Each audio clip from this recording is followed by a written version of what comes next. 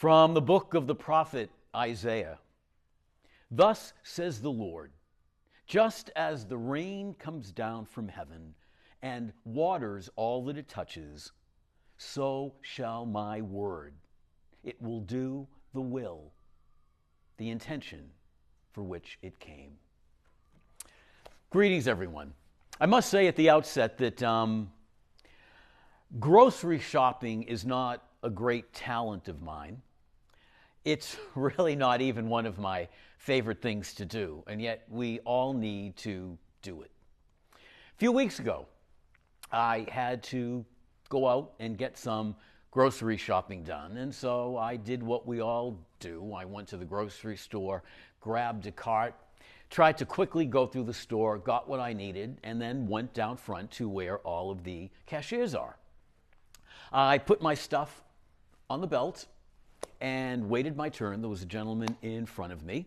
You know, I had to wait for some of his things to move further down before I started putting mine. And when I loaded everything out of my cart onto the cashier's conveyor belt, I grabbed one of those dividers. I think is that what they call dividers between? Yeah.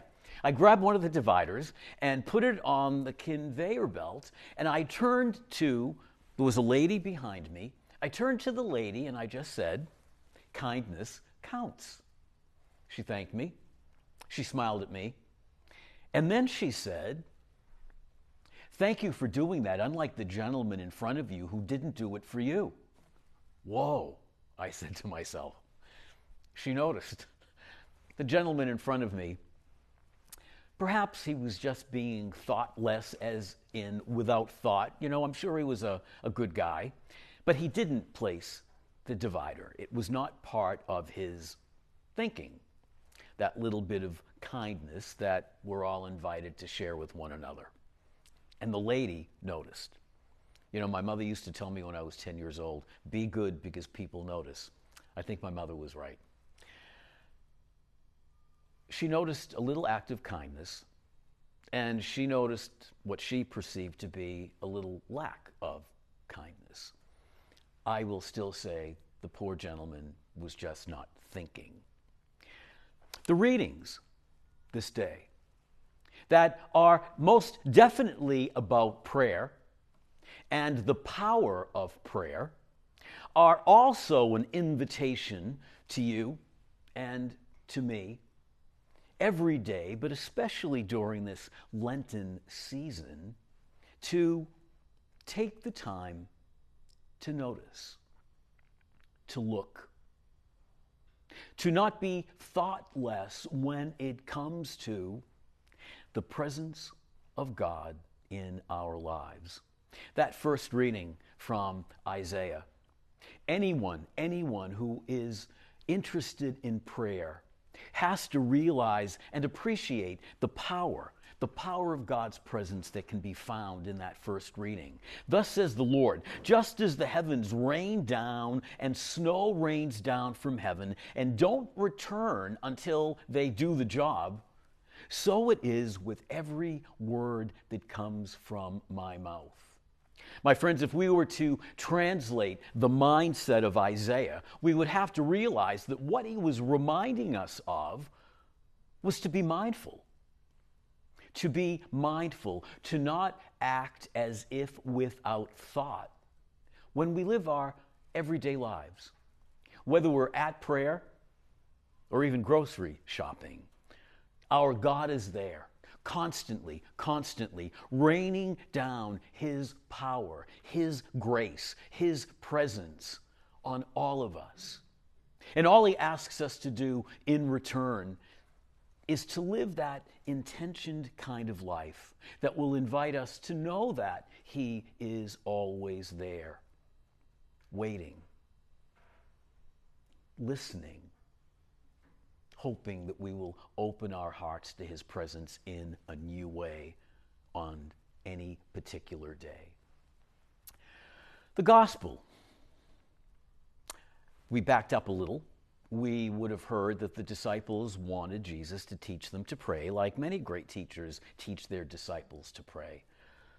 And Jesus, amazingly, begins with that kind of humorous line. When you pray, don't babble on with a bunch of words, My Father is already there. You see, Jesus knew Isaiah. Jesus knew his Father. His Father's grace is always being rained down. When you and I stop to look for God, we usually discover that he's already been looking for us. His grace has already been raining down upon you and me. So don't worry about the words. Don't babble on like the pagans who think they're going to be heard because of their many words. Your Father knows what you need. All you need do is be there. Just be there. When you pray, acknowledge that he's there. Acknowledge that his grace is always raining down on the earth so that this kingdom of ours can become like his.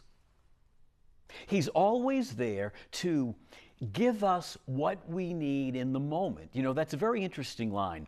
That isn't the way that the normal, everyday Jewish mindset would pray. Jesus is asking immediately, give us this day, Father, please. Give us what we need right now, right now. Give me what I need to get through this day. You can pray that way when you know that his grace is already there, being rained down, because he never walks away. God never doesn't listen. He never wanders off. He's never too busy with you that he can't listen to me, or busy with me that he can't listen to you. He's God.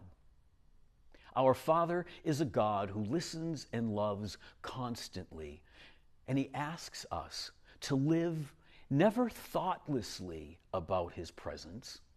He asks us to live intentioned lives.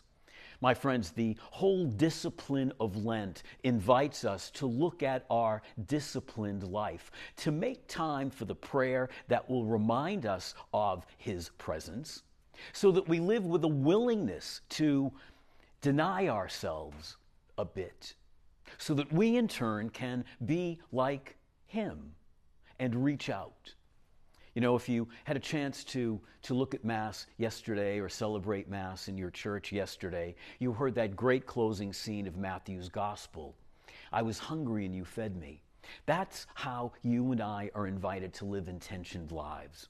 Realize each and every day that we are in God's presence, and then use his presence to be like him.